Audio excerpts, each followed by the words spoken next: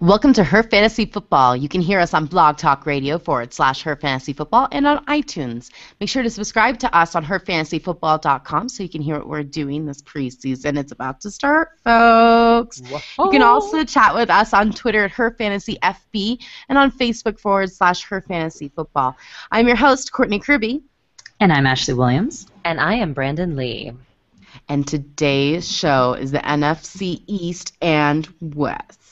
Boom, boom, boom. It's a sunrise sunset.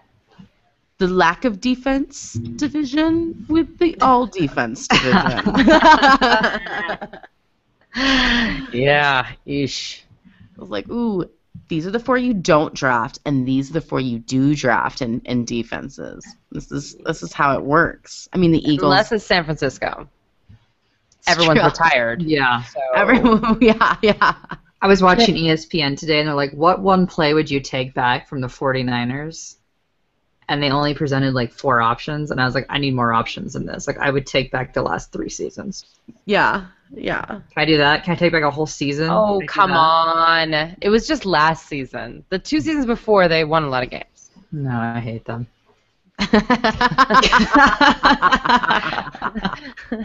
Wow. Bold statements from Ashley. 1 minute in. I hate them. That's awesome. Thank you, Ashley. You're welcome. Thank you for starting that. Well, we'll get into the NFC East to start us off. The Philadelphia Eagles must drafts. Well, DeMarco Murray. Yes. If you haven't been listening about anything with football related, DeMarco Murray is not an Eagle, people. It's a whole different scenario when you're like, why is DeMarco getting drafted, late in the first round, early in the second round? Well, it's because he plays for a different team, different offense, different backfield. He's in crazy town now. And I know we laugh about this. Kelly town. But I just was at a family reunion with people who love football, and people did not know that DeMarco Murray was a Philadelphia Eagle. So a lot of people, now a lot of our ardent fans are big-time fantasy people like we are, so they're like, old news. But there were a lot of people who were like, what? Why would they do that? Why would the Cowboys give away DeMarco Murray? And I'm thinking to myself, where have you been? Right? Who are you? Well, it is now July. Yeah. People have shut off from the NFL for a few months if they're just now starting to get back into it, right? It's early. It's early, so it's like, welcome back. DeMarco Murray is an Eagle. I still love DeMarco Murray, but he is not going to be DeMarco Murray of 2014, where he had 390 carries, 1,845 yards, 12 touchdowns, another 57 receptions, and 416 yards. That is not what's going to happen. No. It's just not. Typically, running backs that have that many touches are going to have a low stat line relatively the year after. Not only that, but he was with the Cowboys that have a great line, right? Great offensive line. The Eagles are not as good at the offensive line. In fact, they even got rid of one of their guys, Evan Mathis, this offseason. So that's a different situation. Not only that, but there were no other running backs for the Cowboys. It was just DeMarco Murray. Now you have, a little bit of competition with Matthews and Sproles. It's not competition. I shouldn't say competition. But there's going to be a few touches taken away from Murray to feed both guys. They're going to be throwing a little bit to Sproles, and they're going to be handing off, I'd say probably, I don't know, what do you think, 10 touches for Matthews every game? 10, 12 touches? I think that's high. I think that's too high. You think it's going to be like 8? 5 or 6? 5. I'm not like a huge drafter on either one of those guys. I'm just saying that's why Murray is going late in the first round, early in the second round, is because of the dynamics of Chip Kelly's offense. There's supposedly going to be a rush first offense this year. And that's true. There should be enough touches to go around, but it is Chip Kelly. You never know. You don't know a Chip. You don't. I think you're looking at maybe a 10-touch maximum per game between Matthews and Sproles. Yeah, I think that's a good one. Yeah, I think Sproles isn't going to see a lot. I think he actually could see some, but I think he's going to be much more used as a receiver than he will be used as a running back. Yeah, absolutely. Yeah. They've been lining up Sproles at wide receiver. Yeah, exactly. That's right. Okay. I see him. I think, I think of Eddie Lacy, and he could get, like, 8 to 13 touches a game and still was like a top 5 running back. I feel like DeMarco Murray's of that talent level, me personally. I know I'm in the minority because everyone hates DeMarco Murray this offseason. I know. I got chastised when I was on Scout.com, the SiriusXM show, because I was like, I would borderline take, I know it sounds crazy, DeMarco Murray over AP. What? They're all like, what? No, I would too. I would too. I kind of would. I know, we're the only crazy people. I think Adrian Peterson awesome. is great, but I think DeMarco Murray is great too, and I don't know. I think DeMarco Murray. Think it's crazy. I think the Cowboys system last year with the offensive line really helped DeMarco Murray shine. I think he's an amazing talent. Don't get me wrong, and he's a great back, but I don't see those numbers ever happening again for Murray. End of sentence. Like the only thing I hope is that Chip Kelly can sometimes make his players shine too. When he chooses for you to be the player that he wants to shine, and he has to choose you, keep in mind. Like, you could be a fantastic player that gets absolutely no touches. You have to be the chosen one. Yeah, and the chosen one, the granted, the given. I think he's got a chance. And I also will say, I think that was Wayne's World style. I actually like the fact that he could get more touches this year. Than I would agree with you, Courtney. If he had stayed with the Cowboys, I think they probably would have decreased his role a little bit. But I think the fact that he switched teams, he might still get a somewhat equal work production. Not as much, I agree. Not as much, but no, I don't think it's not. I don't even think it's going to be close. But we're shifting back into this realm, which I'm excited about. Where we're just gonna work. We're gonna have our workhorse, and we're gonna let him work. We're not gonna continue rotating people in. You're gonna work your guy. So I hope that's what Chip Kelly does. Let him be the chosen one. Chip, we're making a plug. And then Murray and Bradford can hit a Fuddruckers after the game. That's right. That's right. I love that. Because they're besties. Yeah. Love that. Which, again, Sam Bradford is an Eagle. So that's so weird, right? And he's supposedly alive this season. So cross your fingers. I just drafted him. I do too. That he's a winner. I think he's going to be the comeback kid of 2015. I do too. That's my prediction. I think he's going to do awesome. Statements. If he stays alive, supposedly he's fighting for the starting position with Mark Sanchez, but please. I know Sanchez is like the loved child. Everybody loves him, but everybody loves Sam Bradford, who's coached him too. All of his coaches have talked about his size, how accurate he is, how well he works in the pocket, his arm strength, all of these things everybody loves about him. It's just that he can't stay healthy. So let's just hope that this year is like 2 years ago, and he stays healthy for all 16 games, and he's on a much better team with much better players and a much better coaching staff. He might be one of the most likable guys in the NFL. Is that possible? Could he Sam be? Bradford or Mark Sanchez? Yeah. Both, really. Like, I remember when he went down last year. Literally. People on there, too. It's like they're just handing out lollipops before they walk into the stadium. They're just so sweet. Everyone likes us. Everybody likes me. They really like me. I call it a quagmire. A quagmire. I love it. This is Brandon's borderline nightmare. That's not true. She likes Sanchez and you like Bradford. Well, Don't you remember when he got hurt? I almost in a weird emotional way was like, why can't this kid catch a break? And I'm like, seriously, I was very upset. The guy playing on my team. No, and I'm not. Yeah, I could have cared less about his whole team. I never drafted him. He meant nothing to me. But I really hurt when he got hurt again. Yeah. I was like, this is the saddest thing ever. But back to fantasy. Jordan Matthews, he's going in early in the 4th round. I really like him. I think he's a slot receiver, and I think he's going to be great. He's all they have. He's all they have. So Zach Ertz is a tight end with Brett Selleck. Brett Selleck is the blocker. Ertz supposedly is going to see more touches. He's going around the 8th, 9th round. He's the 7th tight end on the roster for Pro Fantasy Football. And it's fine. He was only on the field for 50% of the snaps last year, and he still had 700 yards and 3 touchdowns. So for tight ends, that's actually not bad for only 50% of the time. They say that it's going to increase to maybe 75% of the time. And if that's the case, and those numbers are going to go up as well, maybe 900 yards and 6 touchdowns. How would that be? That sounds great for a tight end. I would take it. Don't reach for him, but like he does have talent. So there's that. And their new rookie guy, Aguilar Nelson. Nelson Aguilar. Aguilar? I think it's Aguilar Nelson, isn't it? Who was not No, Aguilar? it's Nelson. Oh, it is. Aguilar. Sorry for messing up your name. Yep. We like to make people French on this Nelson. show. Yeah. Before they actually start in the NFL. We really do. But he's supposed to be amazing, and they love him there. He seems to be, catching on really fast and making big moves. So I think he's a great rookie. We're not huge on rookies, but he's going late towards the 10th round. I think it's a good snap. So especially in like the league we're doing right now, the Scott Fishbowl League, I think it's going to be where it's like you have 12-man teams. It's like 22 picks, and yeah, it goes fast. So I think he's a really good move.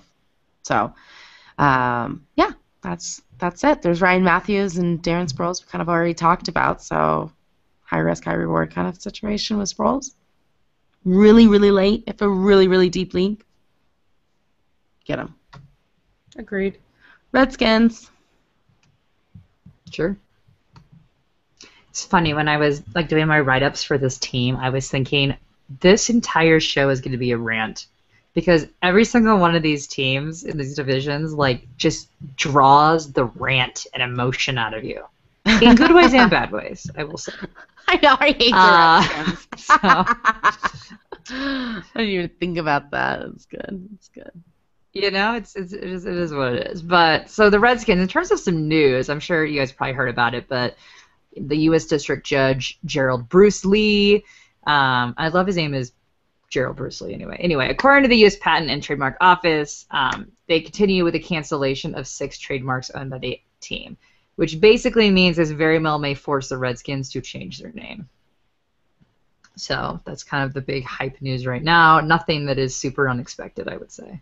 But Well, No. draft must. no shocker there. Yeah, nope, Also not take really. down your Saw that Confederate- one coming. I mean, whoa. We shouldn't laugh about it. We're not laughing about, what's behind all of it. No, it's like it's absurd. 2015, people. Yeah. Like, Absurd. snap on. Let's go. Right. It's crazy.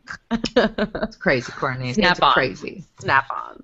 What's not crazy, though, is Alfred Morris, my little pumpkin. I'm so glad I have him. I just love Alfred Love Morris. him. He's one of the most Pumpkin, liked pumpkin. guys, in my opinion. He is. Yes. He's a Bradford. Yeah. Total Bradford. But what is interesting is this is, a guy where he's in a contract year and is going to play, balls to the walls. He also has a guy named Matt Jones waiting in the wings behind him. So he's going to have to play big ball this year to try to shush these people up, because everybody's basically saying that the Redskins are going to shift to Jones in 2016. I don't like that. I honestly don't think I see that coming. I think Alfred Morris has done pretty well over the last few years. I mean, he's rushed for almost 3,000 yards in the last 3 years combined, and that's pretty good for a running back, especially in a team like the Redskins. So, but you know what? If he does go somewhere else, that team's will be very happy, and I'm sure he'll be happy too. But I really like him this year. He's always productive. He's always good. He's their fallback guy. I don't love him in PPRs because he doesn't catch the ball much. He's very much purely just a running back, but I like Alfred Morris.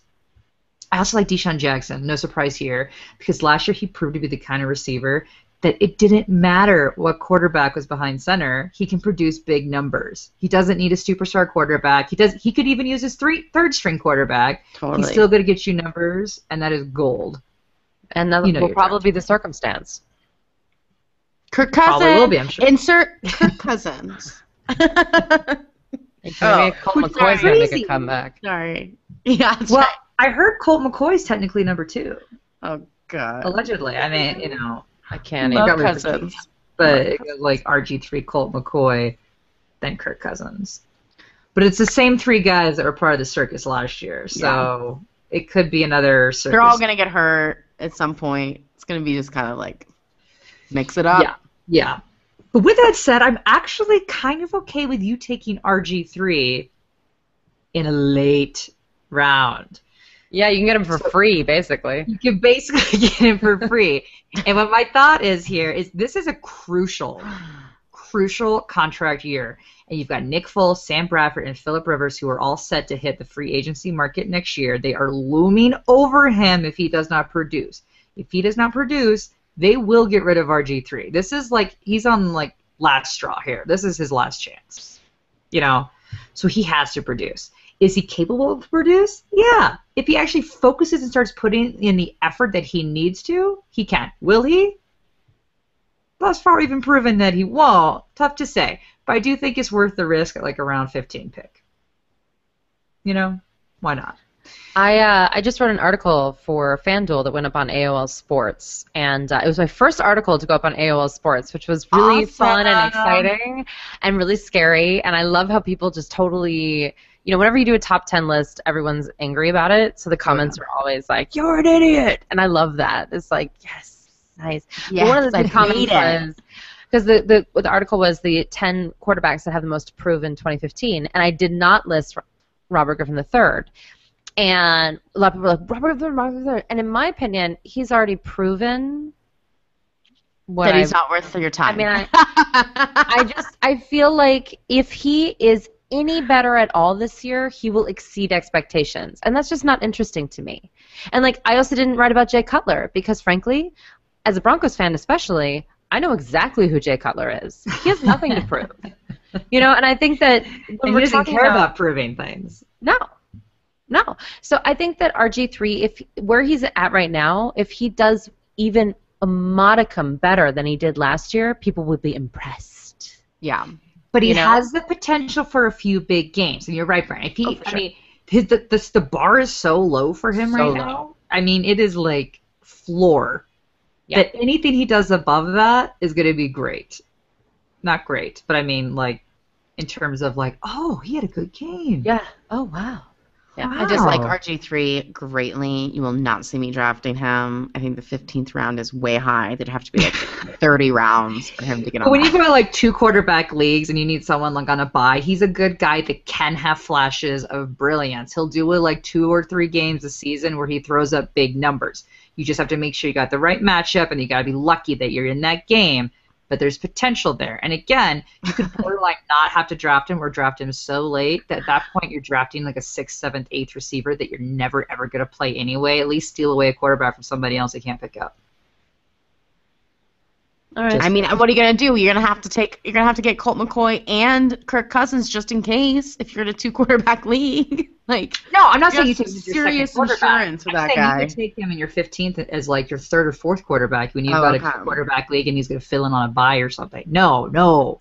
Let's be very clear. You are not depending on Robert Griffin as your backup. Okay. We're talking like 3rd-string quarterback if you need it.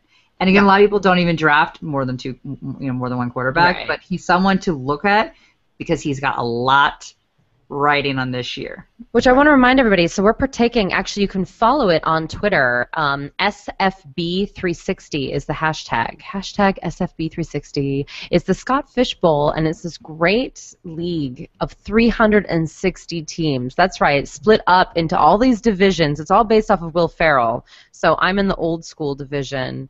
Ashley, what division are you in? I am in the Zoolander Magnum. That's nice. Magnum. Courtney? And I'm in Step Brothers, the Prestige. All right, and I'm an old school Mitchapalooza. Yeah, Mitchapalooza. So anyway, it's really, really fun, and we're playing with one of our fans, and I consider her colleague, Casey Kasub. She's in my league with me, and it's awesome. But we get to play 1 quarterback and then a quarterback as a flex. And so when we're talking about like having 3rd or 4th quarterbacks, you're traditionally not going to have a 3rd or 4th quarterback. But if you're in a wackadoodle 360-team league, then yes, Robert Griffin III is draftable. Otherwise... Yeah. Again, if I was not clear there, you are not depending on him as a backup, as a starter. He is merely there that you pick up to potentially screw someone else over, or B, you're in a 2-quarterback starting league and you're using him as a 3rd quarterback to fill on a bye. Done with him. We're done with RG3. That's what we're talking about in the whole season long, quite honestly. But and then my other ones would be just Pierre Garçon, Andre Roberts.